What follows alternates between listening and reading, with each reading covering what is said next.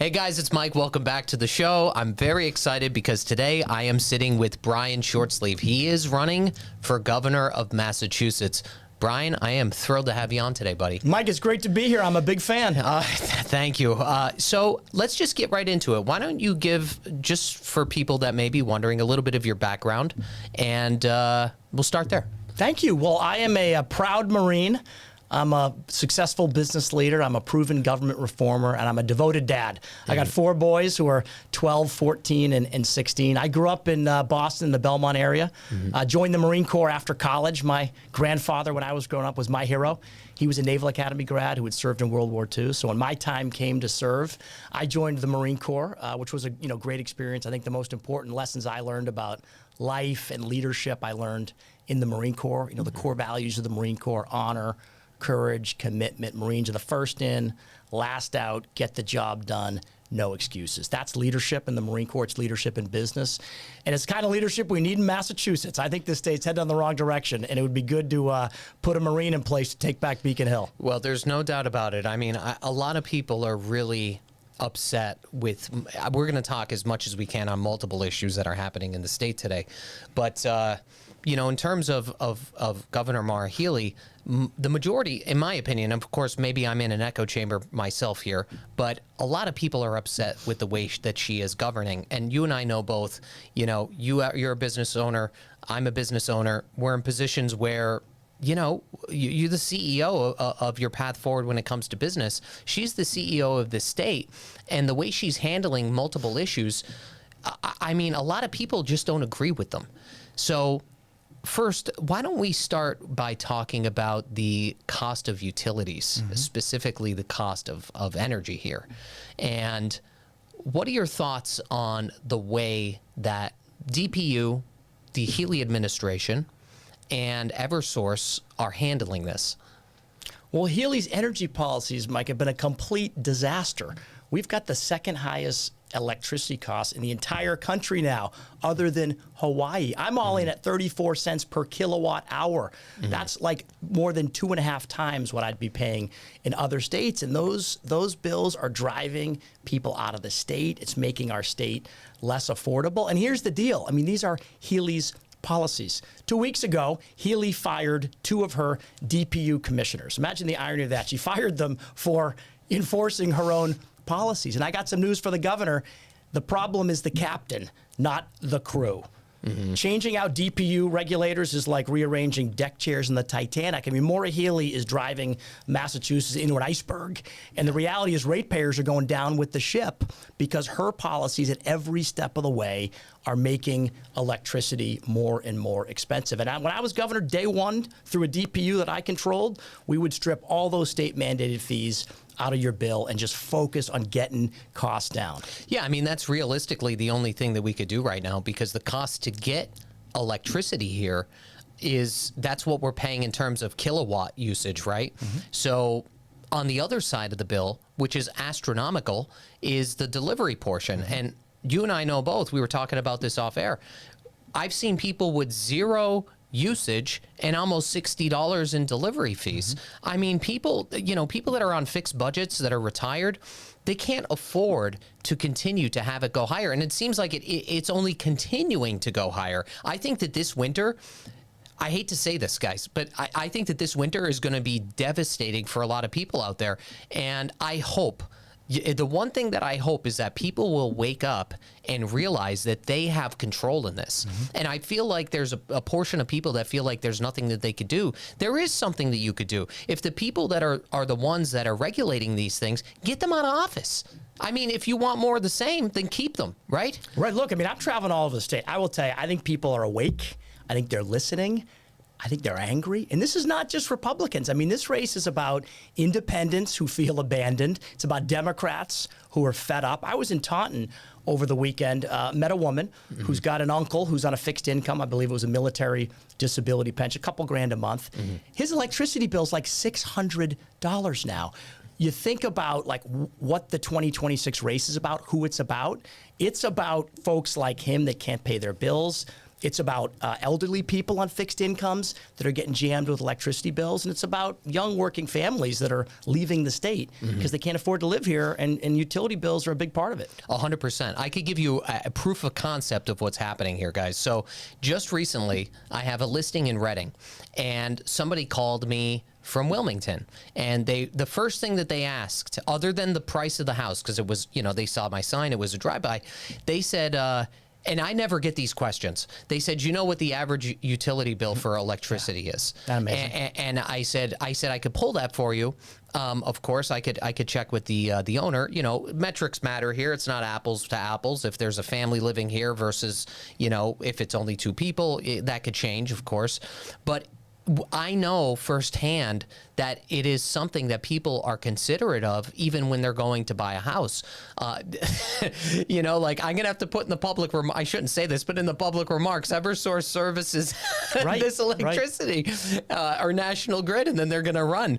But really, what do you think? Like, could we dismantle or reform the DPU? Is that what really needs to be done? Well, I think if you zoom out a little bit and look at where we are, natural gas is cheaper than it was a year ago. Okay, so it's not about the input. If you look at your electricity bill, all of the growth in that bill are state mandated fees. My bill right here that I brought with me, actually, we were just looking at it. I'll post this on the screen. I mean, it's $100 a month in fees. There's an electric vehicle fee. There's a solar fee. There's a renewable energy fee. Those are state fees. Let's call them what they are. They are taxes. When those programs started a decade ago, a couple $100 million a year. That's $1.5 billion a year of effectively taxes today. They're funding Maura Healey's climate agenda. When I'm governor, we'll strip all those out. If the legislature wants to fund those programs, the legislature can fund those programs. But what we shouldn't be doing is jamming $100 to $150 a month through people's utility bills. Yeah, subsidizing the people here. Because look, I mean, the average working family in Fall River or New Bedford, they can't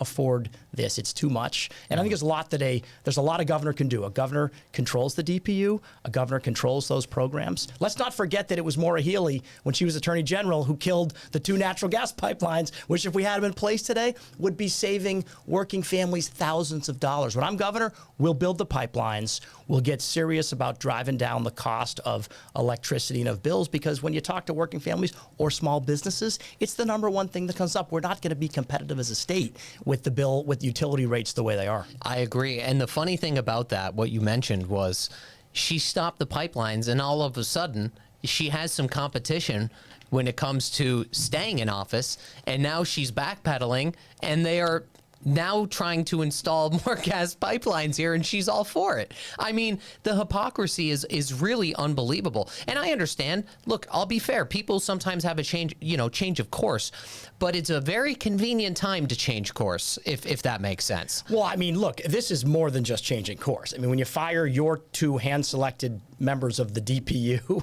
and you start pivoting these policies, you've acknowledged, complete failure. So let's give Maura Healey credit for that. She's acknowledged that her energy policies are a complete failure. However, we've got to take real steps. I mean, leadership is not about press conferences. It's not about press releases. It's about taking action and taking executive action when it's hard to do, doing the right thing. So what she should be doing as governor is stripping all of those fees out of your bills. She should be standing up, putting her hand in the air and saying, we will build the pipeline. The Williams Company CEO said it. He said, I'll build the pipeline. If the governor of New York and the governor of Massachusetts are in, it's only about 100 miles to get here. We could do it. So that's leadership. 100%. And let's see what she does there.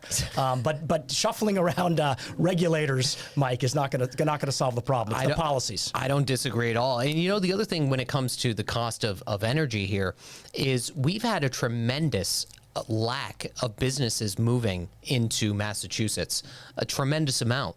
And I would think that that's probably one of the, especially if it's like in some levels of manufacturing or they are using a lot of energy, I'm sure that outside of the cost of living for the employees, and that's a whole other topic, I'm sure that has something to do with the cost of energy. So they want to put up this facade like Massachusetts is, this great place to build a business, to raise a family and all these other things.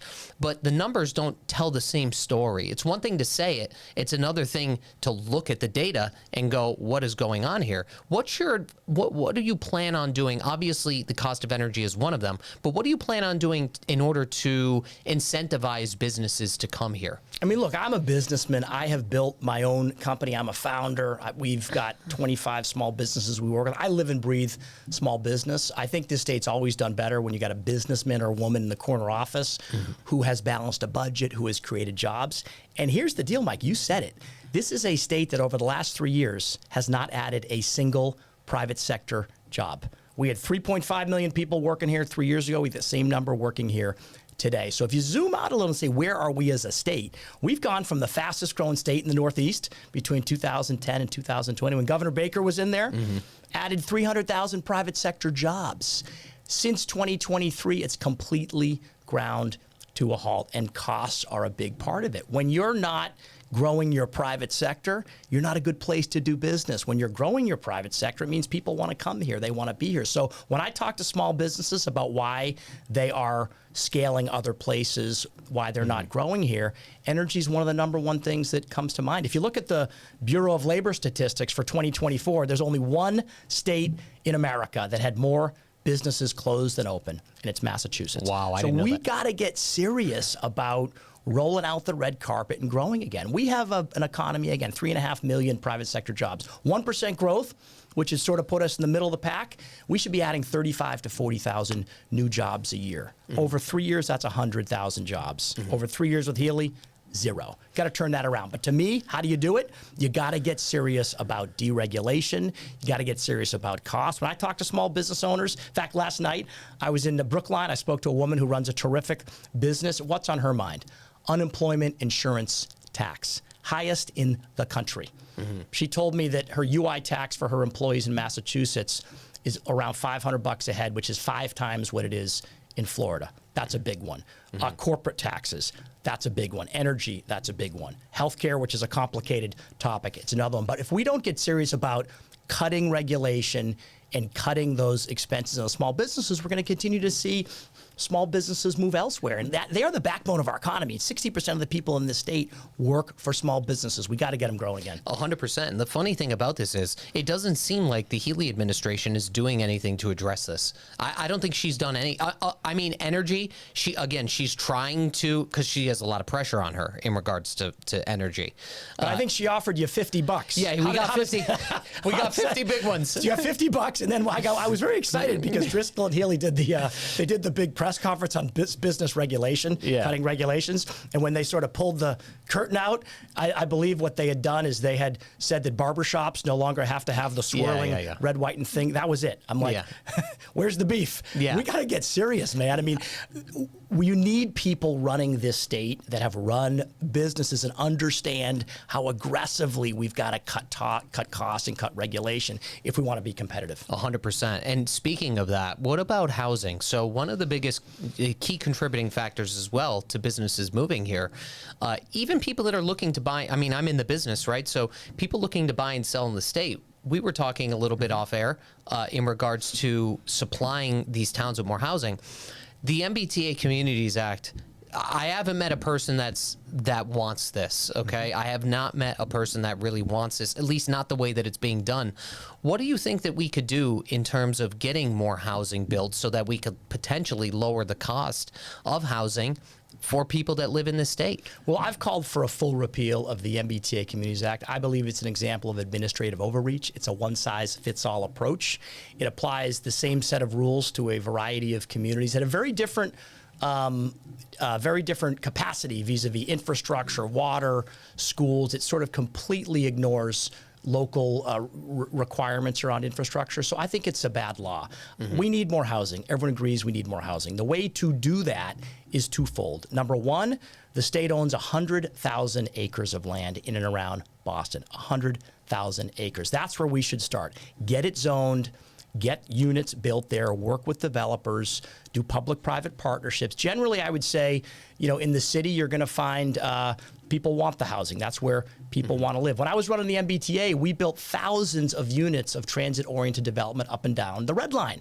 And that was not the MBTA Communities Act. That was the T, the state had land. We effectively gave it to developers. We did partnerships with them. They built units. The mayor wanted it. The people wanted it. That's the way you do it. So number one, start with all that state-owned land. And number two, you've got to get the cost of building down.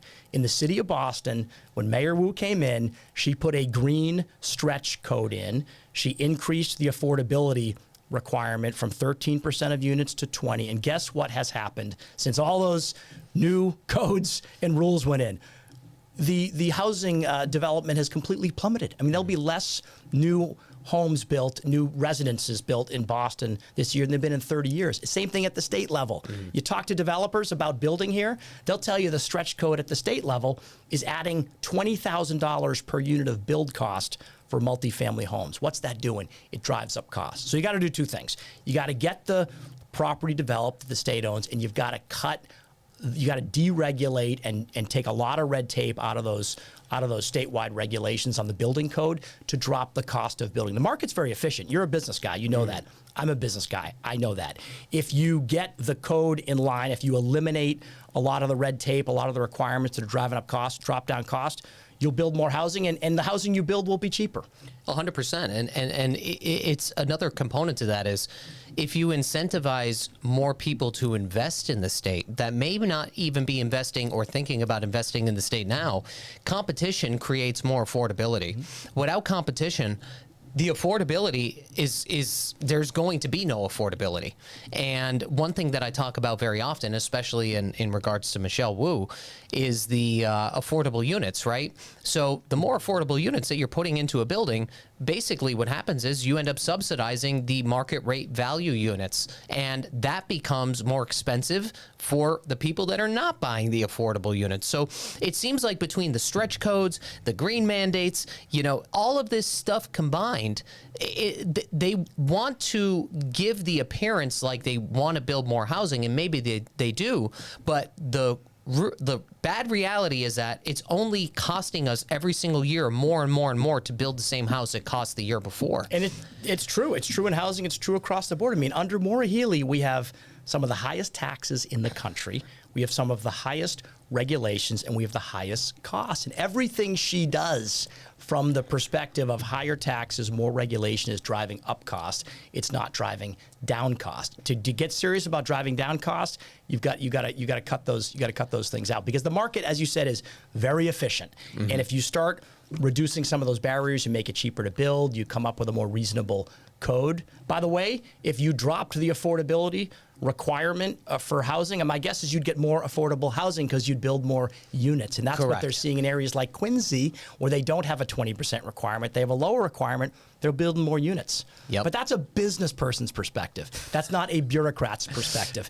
And we have in our governor a career politician and a lawyer, probably a good lawyer, by the way, great basketball player.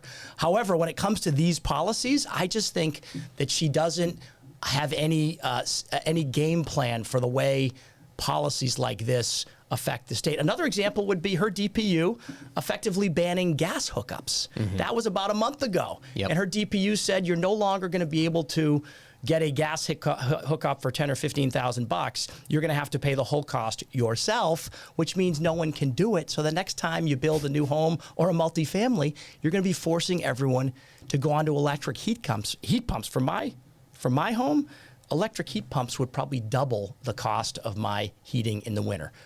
Bad policy. Those sort of things should be eliminated, and they would help us reduce cost. One other thing, speaking of costs, is that, and this is something I'm pretty passionate about because my town is a victim of this. There's over, I believe, the last time I checked, 50 towns that are looking for overrides. And I understand that this is not this isn't something that is new, perhaps, to the Healey administration, but it is increasing under Healey. Is there any opportunities to support these towns So and I also, let me just preface this by saying, I also understand that these towns are independent. They should be balancing their own budget, making sure they're spending money wisely. You know, I understand all of those things. But in a time of crisis, when you have 50, I mean, it's almost a third of the towns in Massachusetts that are looking for overrides. How could we help these towns? Is there any opportunities there to take money from point A and put it into point B? It's all about priorities, Mike. If you look at the overrides since Healy took office, there's about 160 of them. The average override is $2 or $3 million per town. So you've got towns that are being torn apart over these overrides. And in the aggregate, it's about $300 million of overrides over 3 years. Over that same period, Maura Healey has spent $3 billion on the migrant shelter program. Mm-hmm. If you add the indirect cost, it's probably $5 billion. So what I would say to you is if you could give every city and town in this state $15 million for what Maura Healey has blown on the migrant shelter program and the associated costs. That, with $15 million, you would not have another override requirement for a decade. Yeah. You know, I mean, think of the billions being spent at the state level on the migrant shelter program, the home base program. And then you go back to the town of Franklin, Massachusetts, and it's a $2.3 million override that they're fighting about for a year. You wouldn't have any of those if the state's priority was pushing money down to cities and towns. How do you do it? Unrestricted local aid, Chapter 90 highway money, Chapter 70. When I'm governor, we'll stop spending money at the level this governor has spent on things like the migrant shelter program, push that back down to cities and towns. And if you do that, you're not going to need overrides. Yeah. The migrant, I mean, we could touch on that too. So that program that it's a mess, right? So this is the timeline of what happened. So once Trump got elected, that is when Healey announced that she's closing the shelters early. She was going to close them at the end of this year. After Tom Homan announced that, you know, they targeted Boston, they targeted Massachusetts, and they said, you know, we're going to bring hell to Massachusetts. 13 or maybe 15 days later, they put out a press release that they're closing the emergency shelter system 6 months early. And I think that, like, everything that happened was completely coordinated, because now what's happening is all of the people that were in the emergency shelters, which is mainly hotels, let's just call it what it is, they're being displaced throughout all of the communities. And then what happens is when ICE goes to arrest, you know, one of these people, it's a public spectacle. It's a public spectacle because it only made she only made their job more difficult. Mm-hmm. I don't understand in terms of priorities. Like, aren't the people that live here? I mean, you know, there's people that have been waiting for housing vouchers for 10 years that are effectively homeless. Like, where or why do they behave this way? Like, really? I think it's a slap in the face to hardworking families in this state. I think it's a slap in the face to taxpayers. The home-based program is effectively free apartment rentals and vouchers. That was a $20 million a year program that was designed for Massachusetts families who are legal residents and need temporary housing. Been around a long time. As Healey closes the migrant hotels, she's increased the home-based free rental apartment voucher program fivefold, Mike. It's a $100 million a year run rate right now. Mm-hmm. So there's $100 million being spent on that program. Come back to the overrides, okay? In this calendar year, the total dollar value of overrides is probably $40-50 million. So for the $100 million being spent on the home-based program, you could give every city and town that's doing an override twice what they need. But it's a question of priorities. Maura Healey has her priorities backwards. We've got the highest electricity rates in the country, high taxes, high cost of living. People are getting crushed. And Healey's giving out free apartment vouchers, free shelters, free needles, we learn, yes. Free prison calls, for cell phone, or free calls for prison. Just look at sort of those priorities. Mm-hmm. I would argue her priorities are backwards. There's a lot of money up there at the state level to be used in productive ways. Our state budget's $62 billion. It's grown by 50% over 5 years. There's a lot of money there that could be used to help Massachusetts residents and working families. But with Healey, I think she's got her priorities backwards, and she prioritizes things like the home-based program for migrants, free phone calls for prisoners. She doesn't prioritize the needs of hardworking Massachusetts families. It's obvious that way. And I'll be honest with you, I think it's going to take maybe another 3 months, and you're going to see an article, probably not the Globe, maybe the Herald, but I will almost guarantee you that you're going to see something. There's going to be a fallout with a lot of these tenants in these home-based programs, because a lot of people, even them included, don't know this, but they still have to pay a portion of the rent. And I may or may not know that a lot of them aren't. And landlords are getting upset about this. And I'm telling you, that's going to be an explosive article because, at least when they were in the shelters, not that I'm advocating for this, the state had more control. When you're bringing people that were previously in a state-run shelter or a hotel or wherever they were, and you're setting them up with private landlords, now the landlords are the ones that have to take on the brunt of if they can't pay the rent. I will almost guarantee you, as I sit here, in the next 3 months, you're going to see something come up because these landlords are getting upset about this. Well, and you know who else is upset about it? Our elderly people on wait lists to get apartments. I talked to a woman from Medway who is disabled who told me she's been on a wait list down in her local area, the housing authority, to get an apartment. She's been on the wait list for 3 years. And she told me, now we've got migrants coming in that are at the head of the list. We have homeless veterans in this state, a lot of homeless veterans. I care about that. I'm a Marine. I always want to make sure we're taking care of our veterans. We got homeless veterans that are at the bottom of the list. We got lifelong Massachusetts residents, elderly, disabled, at the bottom of the list. They should be at the top of the list. When I'm governor, they will have priority, and we need to do that. We need to prioritize Massachusetts residents who are citizens. That's what these programs were designed for. I think these programs are being misused, and I agree. It will end badly. The home-based program is already 5-fold more expensive. It will be more expensive. It will be damaging. It'll be another example of Healy's priorities, I think, being out of whack with what the state needs. I don't know if you saw this too, but I think it was Liz Miranda who there was a bill to increase the amount towards the home-based program from $30,000 a year to $45,000 a year, probably to try to mitigate what they were already anticipating, is what I'm assuming, right? I don't know. I don't think that passed, if I'm not mistaken. But at the same time, this is a legislature and a governor, I should say, who doesn't have any money to pay public defenders. So we have public defenders that are off the job because they're not getting paid competitive wages. They're criminal defendants being released from jail. No money for that. But when it comes to the home-based program, sure, we can take it from $20 million to $100 million. So again, everything's about priorities. The state government does really important things. And there's a lot of parts of state government that are critical. We care for people, but every decision is a priority. And when I look at something like that, we're exploding the home-based program, but we can't pay public defenders, and we're releasing criminal defendants to the street. It's not leadership, it's insanity, and it's got to end. Can we put a cap? Like, what would you do in order to kind of mitigate this? Would you put a cap on how much is supposed to be? You would know more about this than I am, or that I do. Would you put a cap on how much? Like, what's the fastest way to mitigate this risk? Like, put a cap on the amount allocated for these services? There's tremendous power in the executive to do things like this. We talked about utility bills. The governor controls the DPU. Day one, I put DPU commissioners in that would strip those bills out. When I'm governor, day one, the governor controls the rules of eligibility for the home-based program. I would be clear that that program is for Massachusetts residents who are U.S. citizens. I think taxpayer-funded benefits should be going to our legal citizens. A governor can do that.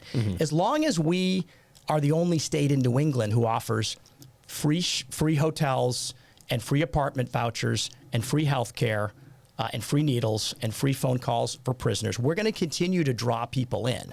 So I think that as a state, when you set up these sort of policies, they may be well-intentioned, but you're going to make yourself a magnet for migrants, because other states don't offer it. I mean, out there in California, Gavin Newsom, who, I'm no big fan of Gavin Newsom, but about 2 months ago, he woke up one day and said, wow, we're spending $1 billion a month on health care for illegal immigrants through the CaliMed program, which is their version of, and he just said, it's bankrupting the state. We don't have the resources. So in that case, I believe he said by the end of this calendar year, at the end of 25, illegal immigrants are no longer eligible for California Medicaid. And people will go elsewhere. They will get jobs. They will become legal. There's a lot of things they'll do.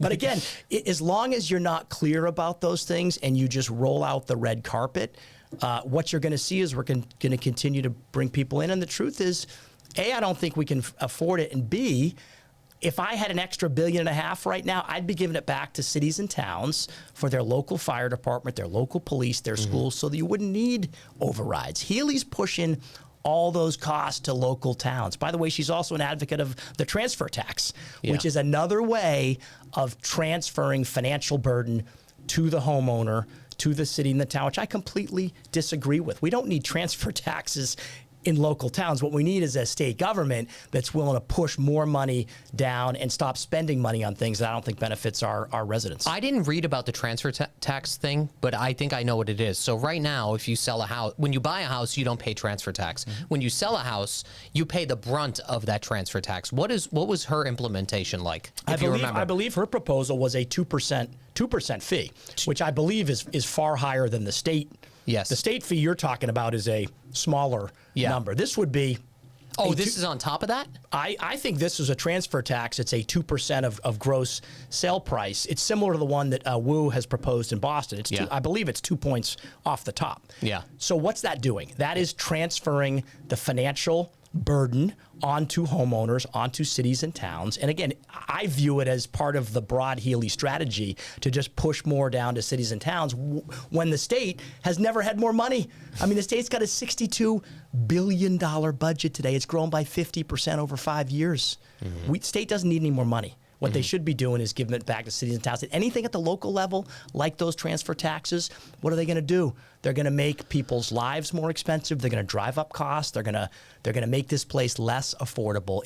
Every single policy like that makes things less affordable, not more affordable. You know what happens too? And the only reason I know this is because we have real estate agents in 6 states. So in states that have transfer taxes, because this isn't like some sort of phenomena, right? There are states that have transfer taxes when it comes to real estate. So if it was 2%, 1% would go to the buyer, 1% would go to the seller. I mean, it's probably something that would be, I would think, negotiable unless there's some sort of policy that's enforced, right? But what happens is, beyond that, and I've seen this in almost every single state, the cities, like major cities, they're usually at least 2 points higher than what the state is doing. And this is like opening Pandora's box. I just want people to understand this. So if our state is at 2% and Boston is at 2%, let's say come 2026, I'll almost guarantee you that Boston will be at 4%, and then all of a sudden Somerville is going to be at 3%. And that's the way it goes. And every couple of years, what they do is they go back, and instead of trimming their budget, their government budget, they'll go back to the taxpayers to try to collect more money, because it's what they believe is the lesser of two evils. Because it's obviously, it's like picking money off the tree in the back. Well, we'll just raise this. You know what I mean? And that's what happens. So I'm going to have to cover that. That's a very scary thing to do. And you've seen it in Boston. I mean, Mayor Wu in Boston this year rolled out a huge property tax increase, 18 to 22% for homeowners, to fund an enormous growth in city government. I mean, she grew city government by 10%. There's less people living in Boston than there were 3 years ago. Boston should be holding the line on costs, not growing costs, and she's raising taxes. If you're a renter in Boston, by the way, this matters to you. It's not just owners, because if you're a renter, look at your rent every month. About a quarter of that is city tax. Yep. Guess what happens when city tax goes up 20%? It's going to flow right through to rent. So we all feel it. And if we're going to make this a state that works for working families, we're going to attack affordability, we've got to be cutting costs, cutting regulation, taking those costs out, because things like that, transfer taxes, city taxes, all they're going to do is drive up rents and drive up the cost of living, and we're seeing it. Yeah. What is let's focus on education. Do you have any intentions on, well, actually, let's start here, okay? Let's start here. So the Massachusetts Teachers Association, did you see what they released today? I think I saw Max Page come out and argue that no one should be held accountable, no teacher should be held accountable for what they say. Yeah. So first of all, rest in peace, Charlie Kirk. I just want to get that out of the way. Rest in peace, Charlie Kirk. It was terrible. I was in here a week ago filming with Michael King on. Michael King is the president of the Massachusetts Family Institute. Went out to my car, look at my phone, and my phone is blowing up, and poor Charlie and his family. But now what's happening, just so people are aware, is that New England seems to be the hotspot for a lot of teachers that are effectively putting themselves in a position where they're advocating and cheering on the death of Charlie Kirk. And now the Massachusetts Teachers Association, just today, this morning, they put a press release out that basically said that the administrator, the schools, that they shouldn't be putting these teachers on leave or firing these teachers for these rude comments. What's your thought process on this? We got to keep politics out of the schools, okay? That's what we got to do. We got to get the schools focused on math and science and reading and learning. We got to get the politics out of the schools. So I think we should have accountability for teachers. But more importantly than that, I think we should get ourselves refocused on educating our kids. I would also tell you, when it comes to my views in education, I'm a strong supporter of accountability and metrics. That's where I always start. You know, I believe we should have the MCAS. I believe it was a mistake to get rid of the MCAS. I think it was a mistake. I believe we should have more vocational schools. We should have more choice for students. I support in Boston, they got 10,000 kids on waiting lists for charter schools. I think you've got to start with accountability and metrics, and then you've got to really focus on being as creative and as broad as you can in offering people alternatives. And when I'm governor, I would use the power of my office to do that. If you go back to the GI Bill, which is probably the most successful education program in American history, right? All those veterans coming out of World War II. The GI Bill, they didn't say, hey, Mike, you served, great, you're going to go to that big red brick building and get your education. The GI Bill was effectively a voucher. It said, here's your $6,000.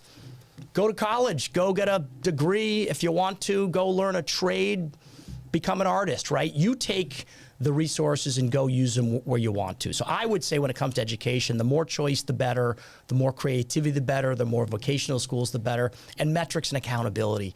I think you've got to make sure with MCAS in the rearview mirror that we have ways to track performance, because we have great schools in this state, as you've often said. It's a draw for Massachusetts, but not all our schools are great. Our schools in the city of Boston aren't great. In fact, they perform at a very low level. And I think that we've got to focus on ways to track that performance if we're going to improve it. Why did they get rid of them in the first place? Do you know? Of the MCAS? Yeah.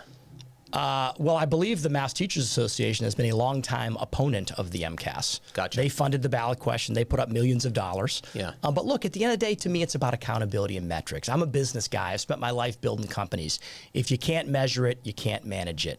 The beauty of the MCAS, which, by the way, was a bipartisan idea with Tom Birmingham and Bill Weld back in the 90s. Birmingham was the Democrat head of the Senate. Weld was governor. The idea with the MCAS was a statewide standard enabled you to compare performance and track performance. When the MCAS went in, performance started to improve. States that have rigorous testing, scores improve. As soon as you get rid of testing and you move away from objective measures, it's very hard to measure the performance of schools. And at the end of the day, you know, kids are the ones that pay the price. Yeah, that's actually very well put. I will tell you.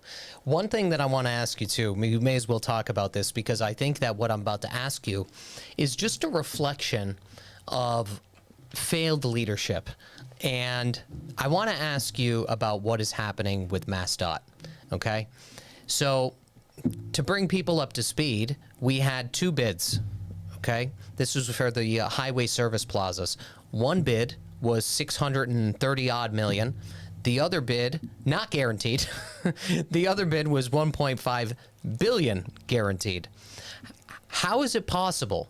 And by the way, the 630 odd bid, they were intending to not pay any real estate taxes on that bid as well, which was equivalent of like 40 some million dollars that would inevitably go back to the towns over the course of the contract, I believe.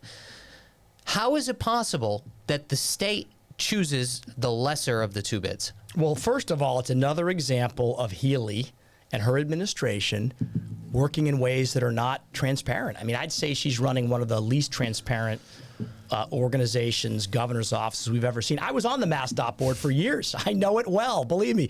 I hosted 225 public meetings when I was running the MBTA every Monday.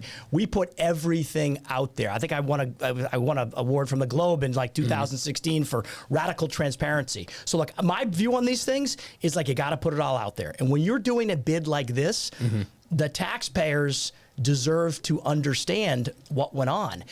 In this particular case, I think what's notable about it is the lack of transparency and the fact that only 25% of the scoring criteria was based on financial metrics and 75% was other. I mean, Maura Healey left $900 million on the table. It's not her money, that's our money. That's effectively spending $900 million. It's $900 million that the taxpayers will not have. And so what I see there is a complete lack of transparency. What you should be doing is putting everything out in front of your board, in front of the legislature, open up the books, let people opine on what matters. But when it comes to things like rest stops, you've got to focus on the financial metrics because that is what pays the bills. The day this contract is signed, the amount of money MassDOT will be getting from those service plazas drops in half. It drops from like $30 million to 15, and guess who's paying the difference? You and I. So I think on many levels, lack of transparency, clearly an inside deal, but more importantly than that, it's another example of financial mismanagement because Healey effectively just blew $900 million of your money and my money, which could be used for productive things, you know, in this state, or it could be used to reduce taxes, or it could be used to fund some of those programs that we talked about in the electricity side, but it's gone. I mean, that $900 million has disappeared. So I'd encourage them to open it up, be honest, talk about what the criteria were, and help taxpayers understand why they didn't choose the best financial. Yeah, a lot of people are upset about that. I'm going to, let's see here, we got a little bit of time left. So I want to actually ask a couple questions from some of the subscribers of the channel. And we'll start with obviously the biggest question. What are you going to do in regards to the audit? This speaks for everybody because like a good third of the comments was about the audit. So we'll start with the audit. Well, look, day one, when I'm governor, we will audit the legislature. There's no excuse for this legislature not doing that audit. And by the way, I won't stop with the legislature. You know, when I ran the MBTA, I stepped into an organization with a $300 million operating deficit. In 2 years, we stripped out waste and abuse, we restructured contracts, we rebid contracts, we took a third of corporate headcount out. When I was done with that, the Boston Herald said we had turned a bloated, underperforming agency into one focused on people, riders, and results. And the way you do it is every department, every line item, every contract. So when you do the audit of the legislature, that's a good start. But you've also got to go through every one of those executive agencies and look at where they're spending money. And I'll tell you, you're going to find a lot. I'll give you one example. You know, when I was running the T, it was like my second week, and I was starting to go through line. I'm a business guy. When you got a $300 million deficit, what do? Start looking at your costs. And I noticed we had a $3.2 million Verizon wireless bill. I'm like, man, that's a lot of money. I know. I check my phone bill every month. I'm sure you do too. Yeah. I got 3 boys. It's high. And I looked at it and said, when was the last time we did an audit on the cell phone bill?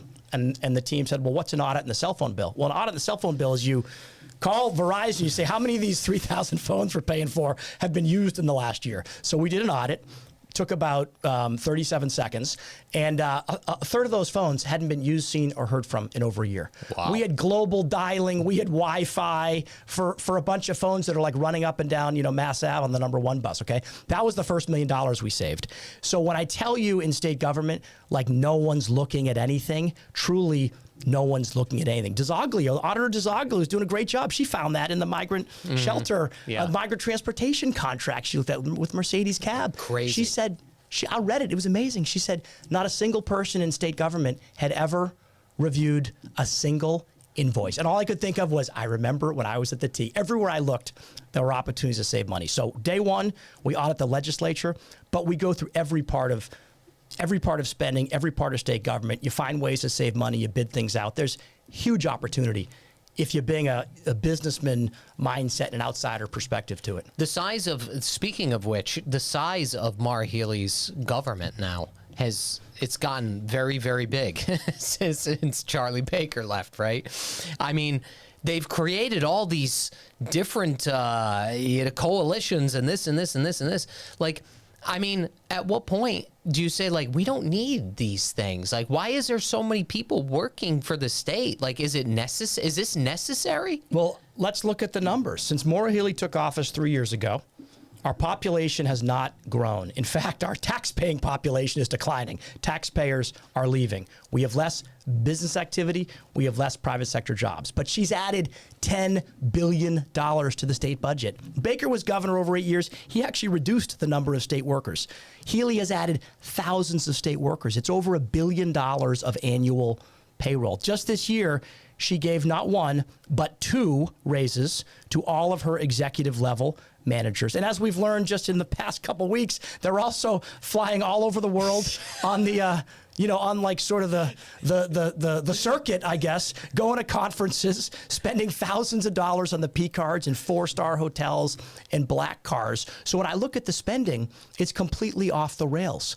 The state is not growing. Our economy, our head count of jobs is not growing, yet state government is out of control. It's because I think from the day Maura Healey stepped in, it's just been about spending money, hiring more people, turning the migrant shelter program into $1 billion spend. And the result is we're now a $62 billion budget, up from about 52 when she took over. There's so much opportunity there, Mike. I mean, you'd have a field day. Yeah. You're a business guy. You know how to read a P&L. You know how to renegotiate a contract. I used to pick up the phone at the T and call vendors, and they'd have conversations like, "Hey, I'm Brian Shortsleeve. I'm calling from the T. We're broke." Yeah, and they'd say, "I know you're broke. I read the articles. Would you give us a discount?" Well, no one from the T's ever called to ask me for a discount, and they would give us discounts. But that's what you got to do, in state government. It's a big business, and there's a lot of spend. And I know with that businessman mindset, we could take a lot of waste out of state government. There's a lot of really important things state government do. We should do more of those. But DeZoglio, I believe, on the migrant transportation program, at the end of her report, said that if you wanted to move people around Central Mass, the most expensive way to do it was black cars, $150 a trip, which is what Healey did. It's wild. She said cabs would have been 50, Uber and Lyft would have been 20. By the way, the local regional transit authority, which runs like empty buses up and down the road all day, they would have done it for free. So, I think what DeZoglio said is that the taxpayers got about like $1.4 million of value out of a $6.8 million contract. It wasn't like 10% waste. It was like 80% waste. Yeah. We got to do that across all the state government. I don't disagree. All right, I'm actually going to read a comment here. This was somebody anonymous. It says, "What's your stance on," and this is a big one, I don't know much about it. You do. Toby Leary does from Cape Gun Works. What's your stance on gun control here? Yeah, look, Toby Leary's a good friend. I'm a Marine. I support the Constitution. I support the Bill of Rights. I support the Second Amendment. I think Maura Healey on things like Chapter 135 is running around promoting these laws to try to prove that she's tough on crime and she's, going to make the city and make the state safer. The truth is, Mike, she's done nothing to make this state safer. She won't do universal background checks on the migrants. She does Corey checks, which don't help much if people aren't from Massachusetts, right? She won't pay public defenders enough money, so we have criminal defendants walking onto the street. So when it comes to gun control, we've got the strictest gun laws in the country. We don't need more gun laws. We should enforce the laws we have on the books, and we should generally stop harassing law-abiding citizens when we've got illegal immigrants in shelters running amok without background checks. And we've got folks getting picked up, as we learned in June, by ICE in those raids. I think they picked up 790 illegal immigrants who had multiple criminal convictions. And by the way, most of them have been in and out of our court system. If we were meeting them at the courthouse door, if we were cooperating with ICE, those people would get deported and you wouldn't be doing raids. So when I look at this, I don't think we should be harassing law-abiding citizens. I'm a big supporter of the Second Amendment. Yeah, I don't disagree at all. I mean, again, you guys know more. I had him on and he was talking to me and I was absorbing it and asking questions, but you guys understand this topic way more than I do. But one thing that you had mentioned during what you were just talking about, the amount of people that are going again, a good majority are illegal immigrants. Okay, let's just call it what it is. They're getting out on $500 bail for horrific crimes. Like, you think about the amount of money. If somebody's arrested 10 times, just the amount of resources and processing and just everything combined to do something like, why are these people getting, how is it humanly possible that somebody that goes and kills somebody gets out on $500 bail, for lack of a better term, and then, if this was like a regular U.S. citizen or citizen in Massachusetts, they're screwed. How does this keep happening? Well, this is a big issue. It's a big deal. And Rep. Exaros down the Cape has done a phenomenal job on this. I mean, he's got a bill out to end cashless bail. I agree with that. Most of the illegal immigrant criminals being picked up have been in and out of our system multiple times. If we had a mayor and a governor that cooperated with ICE and honored those civil detainers for 48 hours, you'd pick them up at the courthouse door, you would deport people. To me, that is common sense.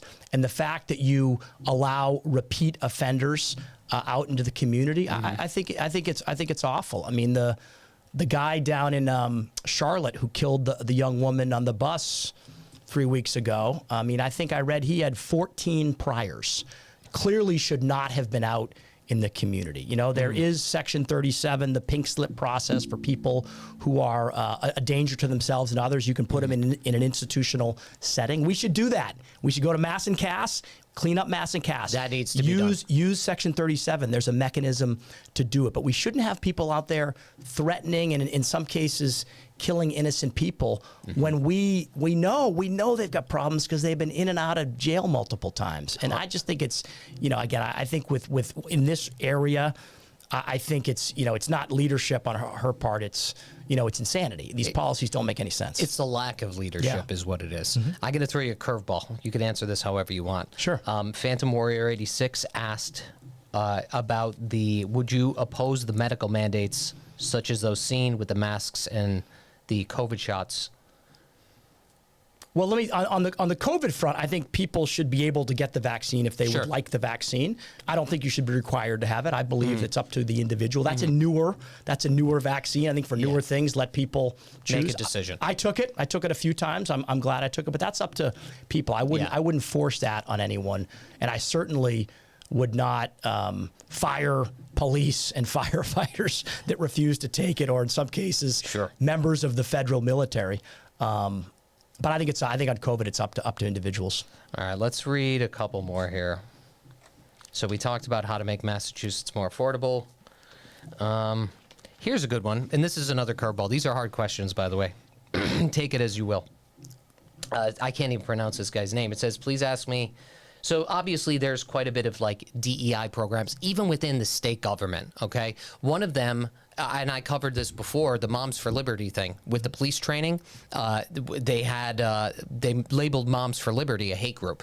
And maybe that doesn't necessarily have to do with DEI. It was more hate crime stuff. But there is a lot of, I mean, even in Boston, they've created these divisions that are being funded by the taxpayers for more DEI stuff. Do we really need this stuff?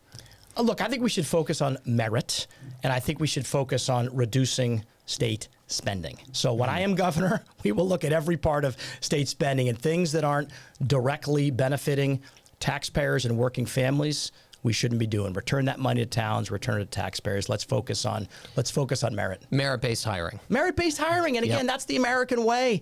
When you're an entrepreneur, you're building companies, that's the way the world works. Yeah. And I think that's what we should be doing here. But more importantly, I think when it comes to priorities, Maura Healey, as you noted, has hired thousands of new state employees. It's over $1 billion of annual payroll. I would go through every single line item, as I did when I was running the T. We eliminated 30% of the corporate bureaucracy at the T. And guess what? The next morning, the trains ran and the buses ran. So just get back to the basics of what state government does, and I'd focus on that. How about, here's another good one, too. What about, what can we do with our judges here? Because there's quite a bit of bias when it comes to the judges in Massachusetts. I don't know if the governor has any say in this, but I mean, what's your thought process on this? I mean, we should be enforcing the law. Yeah, of we course. talked about Second Amendment earlier, right? Bartley Fox is a mandatory 1 year for having an illegal weapon. Guess what? It's almost never enforced. So there are a lot of laws on the books in this state that are not enforced. And I would appoint judges that would enforce the law, would make sure that, we are Not we're let them putting escape through citizens the first. back door, right? Well, again, I mean, if, if we decriminalize crime, we're going to get the expected outcome, which is more of it. I think you see that in the city of Boston. You certainly saw it with the Suffolk County DA back a few years ago. I think we got to get back to law and order, to security, to judges that'll enforce the law. Gotcha. Is there anything? A lot of these questions are very, very similar, pretty much. But obviously, this is what people are. The gun laws, what's going on with illegal immigration, the cost of energy here. Is there anything else that you'd like to cover that we maybe? I would just tell you that I think this is the kind of year where it's going to be a change election. I think people are awake. I think they're listening. This election's about working families. It's about that elderly person struggling to pay their electricity bills. It's about a young mother who can't buy the groceries because costs are too high. That's what this is about. And when I'm out there talking to people, those are the issues I'm focused on. We're getting a great response. We've outraised my primary opponent almost 3-1. We won the first big straw poll.